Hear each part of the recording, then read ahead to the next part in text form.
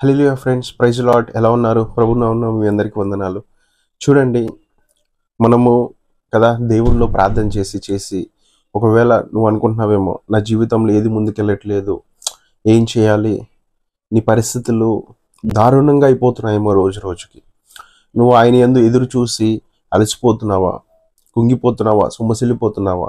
అయితే ఈరోజు నీకొక వాక్యాన్ని, నీకొక మాటని, ఆయన ఇచ్చే వాగ్దానాన్ని జ్ఞాపకం చేస్తున్నాడు. ఒకసారి మనము యెషయా గ్రంథము 40వ అధ్యాయము 31వ వచనము, ఐజియా చాప్టర్ 40 verse 31.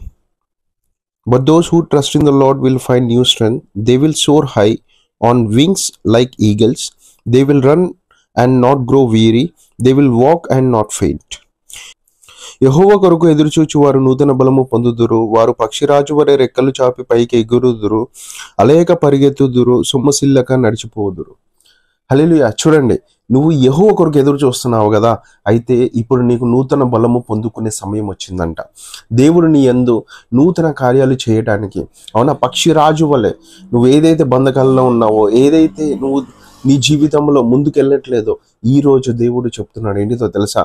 నీకు ఇక అలిసిపోవంట, సొమ్మసిల్లవంట, రెక్కలు చాపి పక్షిరాజు వలె రెక్కలు చాపి పైకి ఎగిరి గొప్ప ఆశీర్వాదాన్ని నువ్వు పొందుకోబోతున్నావంట.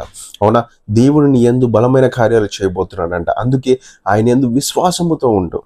ఏదైతే నమ్మకముతో ఉన్నావో, ఆయన కొరకు ఎదురు చూస్తున్నావో, ఈరోజు ఆ యొక్క విశ్వాసాన్ని ఎక్కడ కోల్పోవద్దు. ఎందుకనంటే నీ జీవితంలో దేవుడు గొప్ప కార్యము చేయబోతున్నాడంట, గొప్ప ఉజ్జీవాన్ని తీసుకొని రాబోతున్నాడంట. అందుకే ఆయన యందు నమ్మకం ఉంచు, విశ్వాసం ఉంచు. దేవుడిని పట్ల అనేక ఆశీర్వాదాన్ని తేయబోతున్నాడు. ఆమేన్.